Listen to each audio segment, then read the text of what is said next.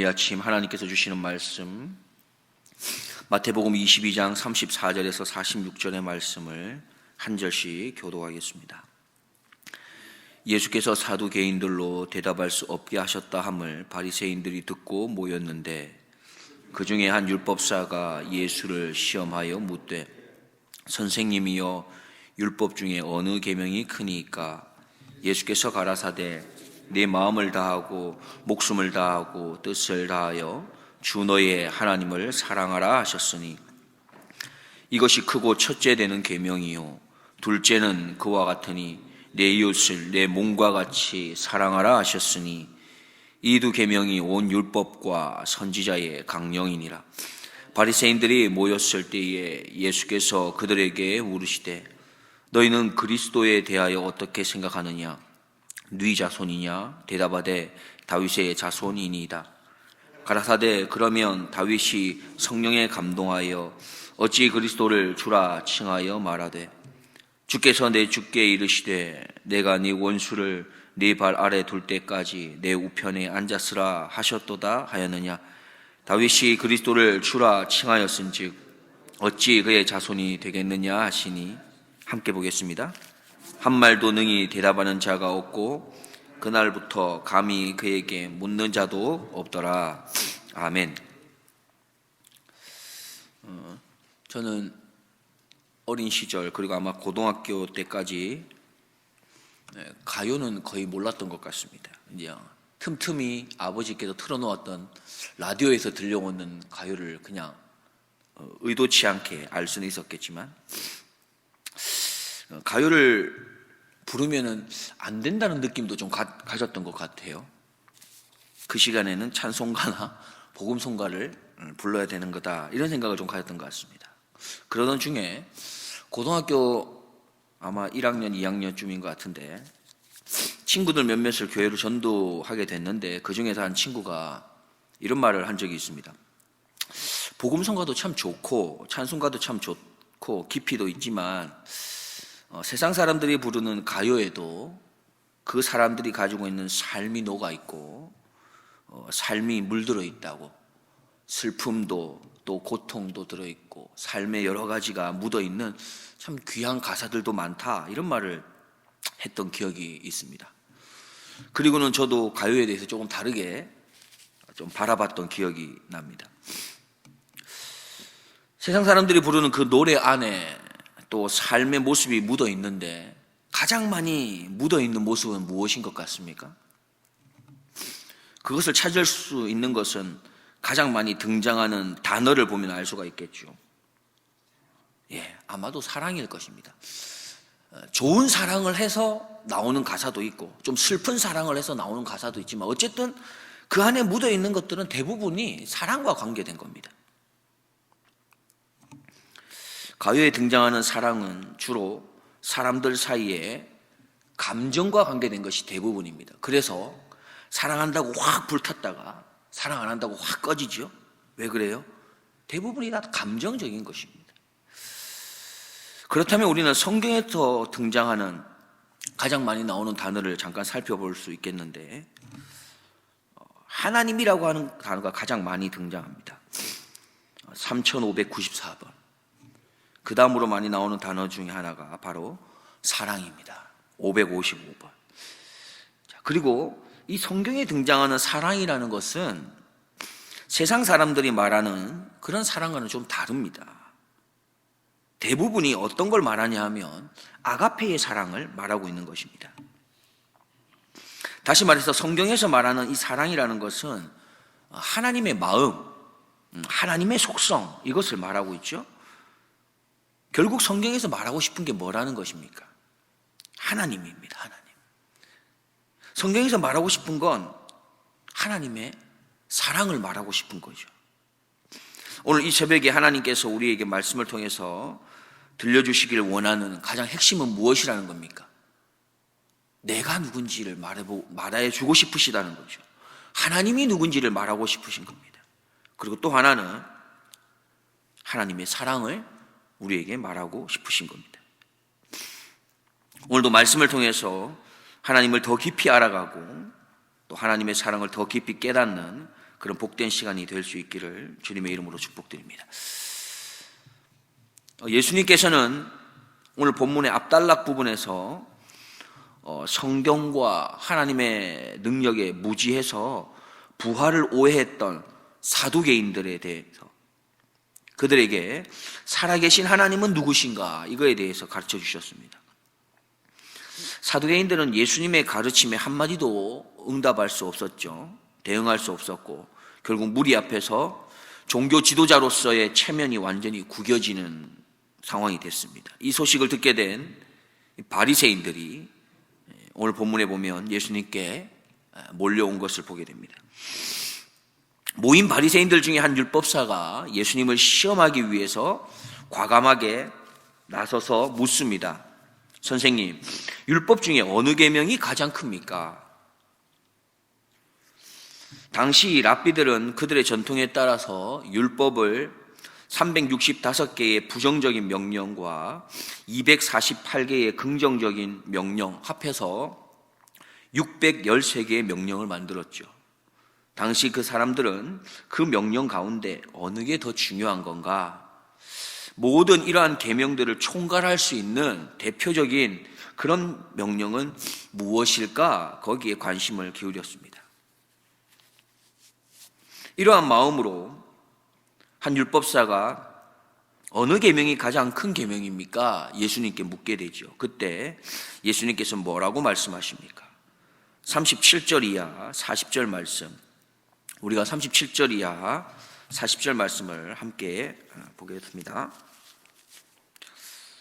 같이 보겠습니다. 예수께서 가라사대 내 마음을 다하고 목숨을 다하고 뜻을 다하여 주 너의 하나님을 사랑하라 하셨으니 이것이 크고 첫째 되는 계명이요 둘째는 그와 같으니 내 이웃을 내 몸과 같이 사랑하라 하셨으니 이 두 계명이 온 율법과 선지자의 강령이니라. 예수님께서 말씀하시기를 하나님을 사랑하는 게 가장 큰 계명이다 말씀하신 후에 뭐라고 말씀하십니까? 마음을 다해서, 목숨을 다해서, 뜻을 다해서 사랑해야 한다 말씀하십니다. 아마 여기까지 들었을 때에 모였던 바리새인들도 어느 정도 수긍을 했을 겁니다. 근데 그 다음에 이어서 말씀하시죠. 내 이웃을 내 몸같이 사랑하는 것도 하나님을 사랑하는 것하고 똑같은 무게를 가지고 감당해야 할 가장 큰 계명이다 라고 말씀합니다. 무게가 다르지 않다는 것을 말씀하고 있죠. 그래서 하나님 사랑을 위해서 온 마음과 목숨과 뜻을 다해서 드리는 것처럼 이웃을 사랑할 때에도 온 마음과 목숨과 뜻을 다 드리면서 사랑하는 것이다 말씀합니다. 예수님께서는 지금 말씀하시는 것이 너희들이 말하고 있는 613가지의 계명 중에서 어떤 계명을 지키는 것이 가장 우선인가? 이것을 말씀하시지 않고 다시 말해 형식이 아니라 어떤 계명을 지키든지 그 계명 안에 들어있는 그 정신을 지키는 게 중요하다 말씀하고 있는 것입니다. 하나님의 계명을 지키는데 가장 중요한 정신은 뭐라는 것입니까? 사랑이다 말씀하고 있습니다. 어떤 계명을 네가 지키더라도 그 안에 사랑을 가지고 지키고 있느냐 그것을 확인해야 한다라고 말씀합니다. 하나님께서 말씀하시는 사랑은 그 당시에 타 종교에서 익숙하게 행했던 신에 대한 절대적인 복종, 그러한 사랑을 말하는 것이 또한 아닙니다. 하나님께서 말씀하시는 사랑은 인격적인 관계 안에서의 사랑을 말씀하십니다. 절대적인 복종만을 말씀하셨다면 하나님은 사랑의 하나님이기보다는 그냥 무서운 하나님이면 되지 않겠습니까? 무서운 하나님이면 우리는 그냥 복종할 것입니다. 그러나 하나님이 그것을 원하지 않으셨습니다. 하나님은 인격적인 사랑의 관계를 원하셨습니다. 이웃사랑의 계명도 마찬가지입니다.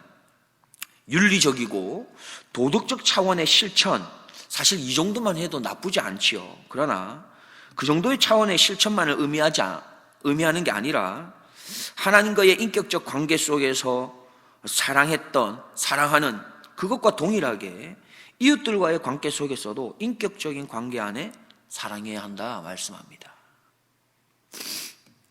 그러면 어떻게 하나님을 사랑하고 이웃을 사랑하는 것이 인격적인 관계 또 인격적인 사랑하는 것일까요? 여러 가지 생각할 수 있지만 몇 가지 좀 생각해 보면, 어느 날 아빠가 아들에게 묻습니다. 아들아, 너는 엄마를 사랑하지? 당연히 뭐라고 대답할까요? 응 이라고 대답합니다. 자, 그러고 난 이후 아빠가 물었던 그 물음이 기억이 잘 나지 않을 때쯤 한 달여 지나가면서 엄마가 아들에게 부탁을 합니다. 아들, 엄마 좀 도와줄 수 있겠니? 그러면서 아침에 일어나면 자기 방 청소는 자기가 좀 하면 좋겠어. 그리고 신발장 정리는 너가 하면 좋겠고 분리수거까지 좀 도와주면 너무나 좋을 것 같아 이야기하죠. 아들이 대답은 잘하죠. 응 대답을 합니다. 한 달을 지켜보지만 어떻게 됩니까? 전혀 도와주는 게 없죠. 전혀 없습니다. 자, 그리고 나서 그렇게 한 달이 지난 후에 다시금 엄마가 아들에게 말합니다. 아들, 자기 방 청소하면 엄마가 이불 줄 거야. 신발장 정리하면 이불 줄 거고, 그 다음 분리수거까지 하면 또 이불을 줄 거야. 그러면서 엄마를 도와달라 하죠. 어떻게 됐을까요? 요즘은 그렇게 해도 잘 안 한다고 하지만 보통은 너무 잘 도와줍니다. 잘 도와줘요. 잘 도와줄 뿐만 아니라 본인에게는 용돈도 더 풍성해지게 되겠죠. 그러나 이러한 모습은 사실 인격적 관계에서 나타나는 사랑이라고 보기는 좀 어려운 것 같습니다. 아들이 엄마를 사랑하지 않는다는 게 아닙니다. 사랑은 하지만 사랑한다고 해서 엄마의 마음을 다 알고 도와줄 수 있는 것까지 가는 것은 시간이 필요한 거예요. 상대방의 마음을 헤아리기까지는 시간이 필요한 겁니다. 엄마가 말하기 전에 엄마의 마음을 헤아리는 것 쉽지 않은 것이죠. 자, 인격적으로 그렇게 엄마의 마음을 헤아려서 사랑하기 위해서는 꽤 많은 시간이 필요합니다. 한번 생각해 보십시오. 우리들은 어떻습니까? 우리가 대학생이나 되면 부모의 마음을 잘 이해할 것 같았지만 그렇지 않죠. 결혼을 좀 해야 알죠. 자녀도 낳아봐야 됩니다. 길러봐야 됩니다. 그렇게 부모가 되어서 자녀들을 길러보면서 조금씩 알아가는 게 부모에 대한 이해입니다. 그렇게 성장과 성숙의 과정을 통해서 나타나는 것이죠. 또한 인격적 관계를 통한 사랑은 서로의 많은 대화를 통해서, 만남을 통해서 형성되어질 수 있는 겁니다. 그래서 부모와 자녀 관계 속에서도, 부부 관계 속에서도 많은 대화가 중요하다라고 이야기하는 이유가 거기에 있는 것이죠. 상대방을 알아갈 수 있는 방법이 거기에 있다는 겁니다. 상대방의 마음을 이해할 수 있는 것이 거기에 있다는 것입니다. 하나님과의 인격적인 관계, 인격적인 사랑도 마찬가지라는 겁니다. 그러려면 하나님과 많은 만남이 필요하다, 많은 대화가 필요하다 말씀합니다. 그런 하나님의 마음을 알아가기 위한 훈련을 통해서 우리는 인격적인 사랑을 할 수 있다 말씀합니다. 그렇게 형성된 사랑은 인격적인 관계를 통해, 많은 만남이나 대화를 통해서 형성된 그 하나님의 사랑은 어떻게 되냐 하면 하나님을 향한 절대적인 믿음과 절대적인 신뢰를 가질 수 있도록 만들어가는 것입니다. 심지어 하나님께서 나를 향해서 이 사탄아 물러가라 이런 표현을 해도 받아들일 수 있다는 겁니다. 나를 심지어 욥과 같은 그런 시련과 아픔과 고통으로 내어 몰아도 그래도 나는 하나님을 신뢰할 수 있게 되는 것입니다. 인격적인 사랑이 형성됐을 때 말입니다. 하나님과의 많은 만남과 많은 대화를 통해 형성된 그 인격적인 관계의 훈련이 바로 하나님의 마음을 깨달아 알 수 있도록 하는 것입니다. 즉 하나님의 나를 향하신 그 사랑의 그 크기와 그 깊이와 높이가 어떠한지를 알기 때문에 그분을 향한 믿음, 그 신뢰를 가지게 됩니다. 말씀의 결론을 맺겠습니다. 오늘 하나님께서 우리에게 말씀하십니다. 하나님께서 가장 우선으로 생각하시는 가장 큰 계명은 바로 하나님을 사랑하는 것이며 이웃을 사랑하는 거다 말씀합니다. 그리고 이 사랑은 많은 만남과 대화를 통해 인격적인 관계를 통해서 온전한 신뢰와 믿음으로 형성되는 사랑이라고 말씀합니다. 그렇게 형성되는 인격적인 관계를 통한 사랑은 비로소 마음과 목숨과 뜻을 다하여 하나님을 사랑하는 데까지 나아갈 수 있는 것이죠. 우리는 하나님을 사랑하십니까? 네라고 대답해야 됩니다. 네. 그렇다면 하나님을 우리는 사랑하기 때문에 나는 하나님과 얼마나 많은 만남과 대화의 시간을 가지고 있습니까? 마음과 목숨과 뜻을 다하여 드리는 사랑의 그 출발은 바로 하나님과의 인격적인 관계를 향한 많은 만남과 대화로부터 시작되는 것입니다. 이웃을 사랑하십니까? 하나님의 말씀에 순종하는 마음으로 이웃을 사랑하기로 결단하시겠습니까? 그렇다면 우리는 이웃을 사랑하기에 나는 이웃을 얼마나 많이 만나고 또한 대화의 시간을 가지면서 그들과 인격적인 관계로 나아가야 하는지를 우리는 생각해야 되는 것이죠. 우리가 이웃을 향해 마음과 목숨과 뜻을 다하여 내 몸과 같이 사랑하기 위해서 첫 걸음은 바로 그 이웃을 향해 내가 먼저 손을 내미는 것입니다. 가장 큰 계명인 하나님 사랑과 이웃 사랑을 향해 다시금 한 걸음 나아가기로 결단하고 하나님과의 만남과 대화, 또 이웃과의 만남과 대화의 그 첫 걸음을 다시금 다짐하며 시작하는 오늘 하루가 되기를 주님의 이름으로 축복드립니다. 기도하겠습니다. 사랑과 은혜의 하나님, 하나님께서 우리를 너무나 사랑하여 주셔서 일방적으로 저희들을 향하여 끝없이 사랑의 손길을 먼저 내밀어 주신 것을 감사합니다. 주님이 외면하셨더라면 우리는 주님께 나아갈 용기조차 얻지 못했을 터인데 수없이 많은 저희들의 외면하는 그 모습 가운데라도 주님께서 수없이 많이 끊임없이 우리를 향하여 베풀어 주셨던, 먼저 손을 내밀어 주셨던 그것 때문에 우리가 주님의 은혜 가운데 지금 서 있을 수 있음에 감사합니다. 이제는 하나님 원하옵기는 우리 또한 받은 그 하나님의 은혜와 사랑에 보답하며 또한 순종하며 나아가기를 결단해 봅니다. 하나님을 사랑하는 것은 하나님 앞에 서는 것입니다. 하나님을 사랑하는 것은 하나님께 예배함에 전심을 다하는 것입니다.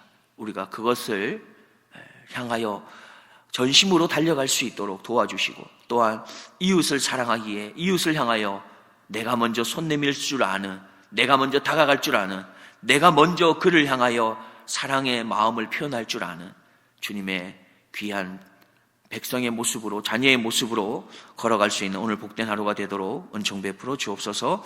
사랑 많으신 우리 구주 예수님의 이름으로 기도드립니다. 아멘.